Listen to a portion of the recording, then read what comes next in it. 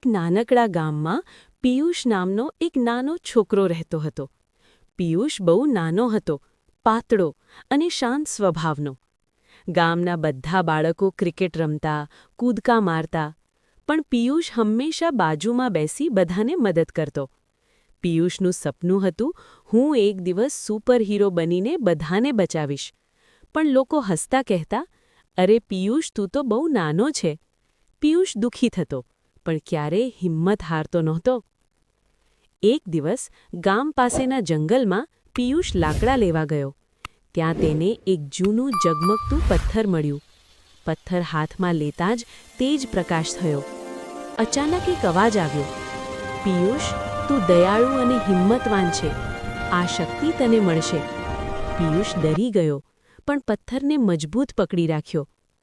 પથ્થર તેજથી ચમક્યો અને પિયુષના હાથમાં સમાઈ ગયો.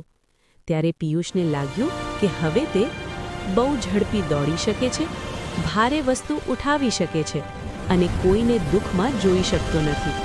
આ રીતે પિયુષ સુપરહીરો બની ગયો.